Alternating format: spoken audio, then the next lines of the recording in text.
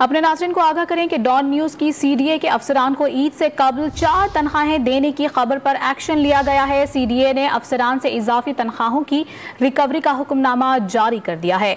मज़ीद तफसीलात हासिल करेंगे डॉन न्यूज़ के नुमाइंदे अब्दुल्ला मोहम्मद से।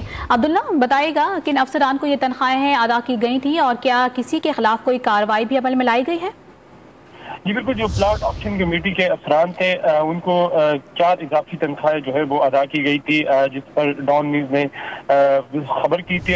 इसके बाद डॉन न्यूज़ की खबर पर एक्शन हुआ और 4 इजाफी तनख्वाहों के मामले पर नोटिस वफाकी तरक्की इदारे CDA का उनका एक्शन सामने आया और तमाम जो अफसरान हैं उनसे रिकवरी का हुक्मनामा जारी कर दिया गया है। CDA के दर्जनों अफसरान को 1 करोड़ 38 लाख रुपए तनख्वाहें 4 इजाफी तनख्वाहें अदा की गई थी, जिस पर डॉन न्यूज़ ने खबर की थी और उसके बाद उन अफसरान से रिकवरी के हुक्मनामे जारी किए गए हैं। CDA ने 11 आला अफसरान और मुलाजिमीन को 1 करोड़ 38 लाख रुपए इजाफी तनख्वाहों की मद में अदा किए थे, जबकि दीगर अफसरान को भी अदा किए गए थे।